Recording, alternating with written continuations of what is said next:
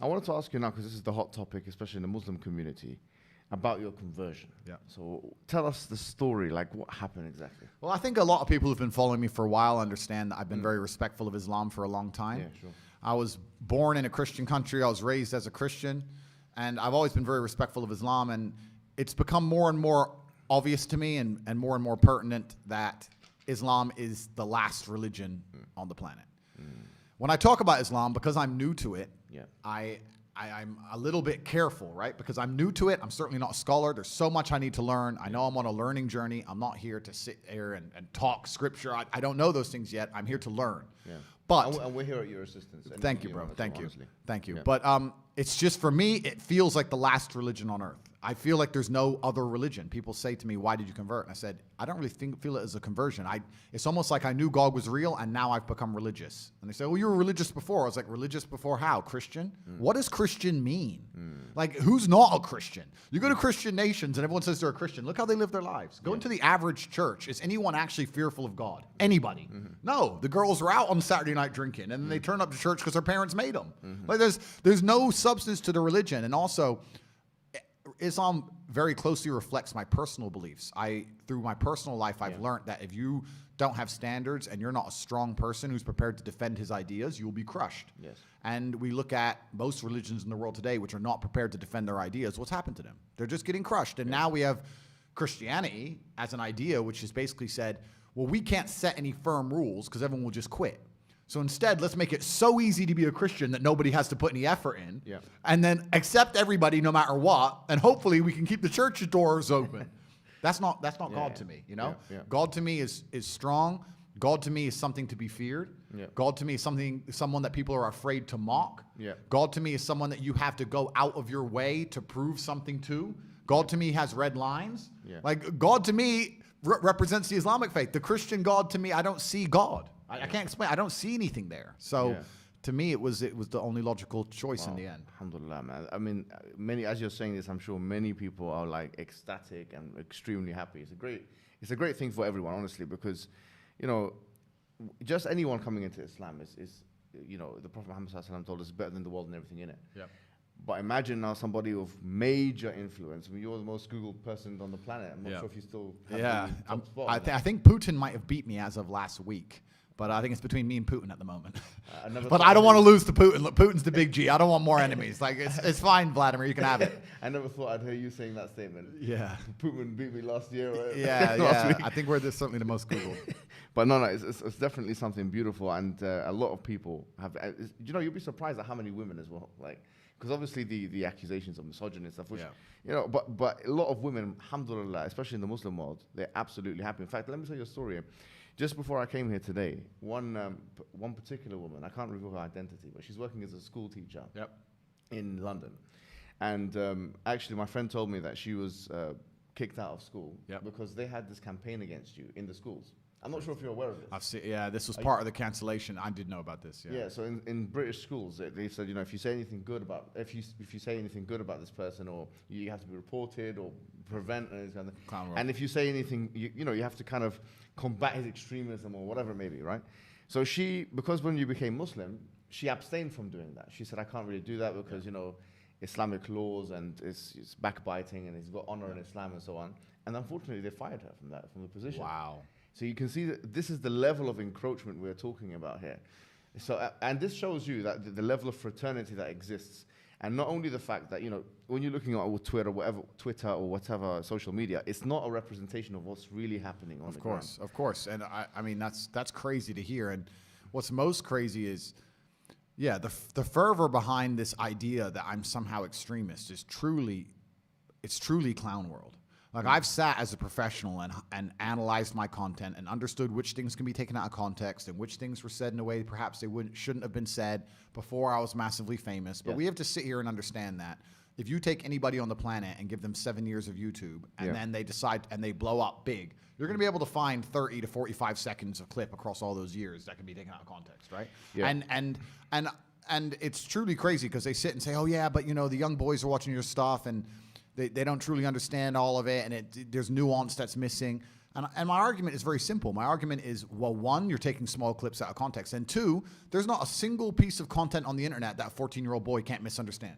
Name someone who's producing content on the internet that you would be 100% happy for a 14-year-old to drill artists, and so they're saying. I mean, I live in an area. I'm not going to mention the names of the artists, but they're talking about going to this person's house and killing him. And killing him in the middle of a knife crime epidemic. Yeah. We have Lil Nas twerking on having sex with the devil in his music videos. Really? Like, we're going to sit here and talk about how children can be impressionable young children, and I'm sitting there saying there's no way I'm the worst person on the internet. No, that's not why they deleted me. The difference for them is, as you've mentioned, on those fronts, it doesn't matter to them because it's like, okay, they're consuming our hedonistic products or whatever it is. That doesn't change their worldview.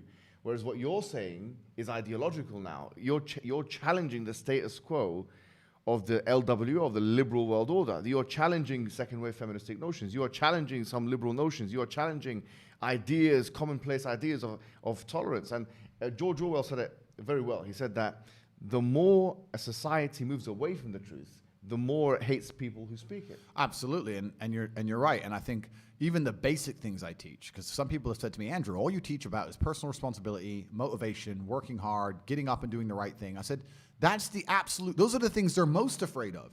If you teach people to have standards for themselves and to be morally strong people and to know right from wrong, then they can't brainwash you. Yep. So that's what they're most afraid of. They're most afraid of young men waking up and going, no, I don't believe that.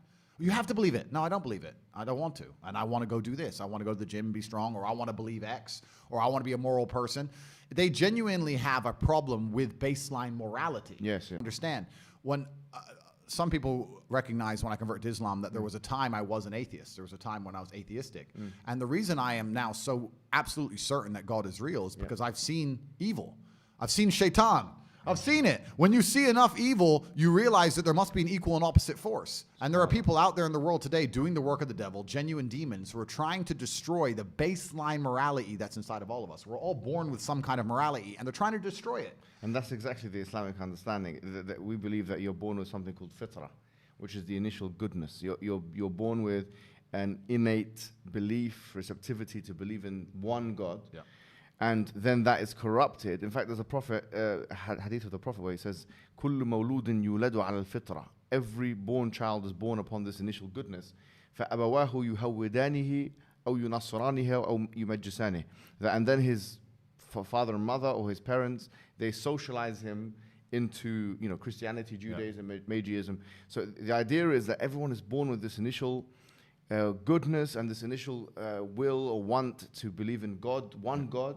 And then, as you mentioned, I mean, it's what you're mentioning here is profound, because you're mentioning a central doctrine in Islam. But it's and this is why perhaps I found God the way I did, because I understood all these things first, and then I saw the Quran, and it confirmed so many things for me. Like even the conversations I've been having so far, so many things have been confirmed, and it's amazing the knowledge that's inside of it, which is so applicable today. For an old book, right? It's supposed to be old, but it seems so timeless.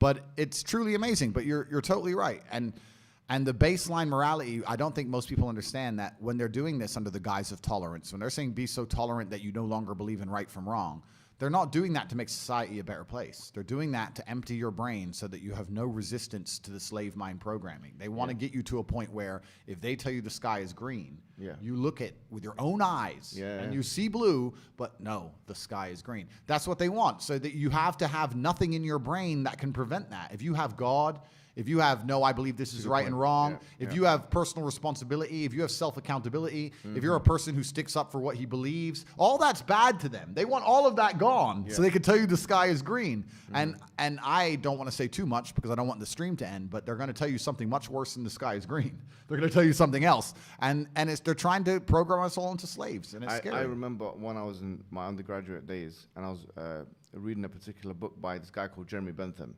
who became the spiritual forefather of J.S. Mill, who is the father of social liberalism of today.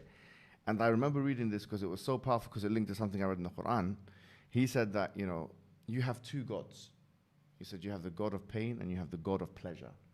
And I thought, this is so interesting. The Quran states, أَفَرَأَيْتَ مَنِ اتَّخَذَ إِلَهُ هَوَاهُ. Have you seen the one who takes his own desires as a God?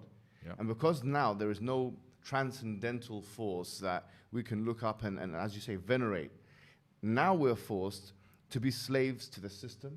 Yep. we're to our own desires. Or, I mean, the Quran has another verse which I think is so powerful and it connects very well with what you're saying. It says, God darab Allahu mathalan, rajulan, that God has struck a parable of a man. Fihi shuraka mutashakisuna, that he's got many different slave owners. Wa rajul salaman li rajulin, and another kind of man who's only got one slave owner.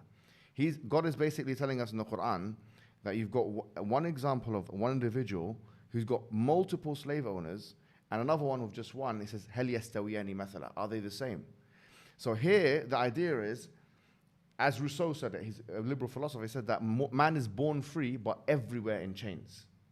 This is the order, because if you don't have that God to worship, then you're going to end up having to worship to everything else. And the whole part of the shahada which you took, which is ashhadu an la ilaha illallah wa ashhadu anna Muhammadan Rasulullah, the true meaning of that, la ilaha illallah, is that there is no God worthy of worship except for one God. Yep. Which means that your desires or the system or these people that want to control us, the problem is they're not worthy of worship. The only one worthy of our subordination and submission is the creator of the heavens and the earth. There's no one else. I agree, and I completely agree, and I've agreed with this for the longest time. You know, I've never been to like a music concert, and people ask me why, and I said, I just look at it and I feel embarrassed. I look at someone up on a stage dancing around, and I look at hundreds of thousands of peasants in the crowd, just yeah. I'm like, it's I feel cringe. It's like secondhand embarrassment when I see these festivals and everyone's losing their mind, or these music concerts. I genuinely feel embarrassed for the people who go, because to me that is a form of worship. Like, you can listen to the music at home for free. You don't have to wait in that line and stand out in the cold. Like, I don't know. Perhaps it was a bit extreme, but I've always known that they're trying to give us false idols to some degree. And when I speak to atheists, they go, oh, I don't believe in God. But they've signed up so hard to the liberal woke agenda. They're as religious as anybody, but they're just believing in the wrong things. They're believing in degeneracy, and they're believing in the work of the devil. So humans always need something to believe in. And it's a great thing you said about your own desires. It's like, one guy I was talking to since my conversion says, it's interesting that somebody with everything, all the Western world, everything somebody could want, has now converted. And I said, yeah, because even before my conversion, I understood that hedonism is a black hole, and you can never fill it.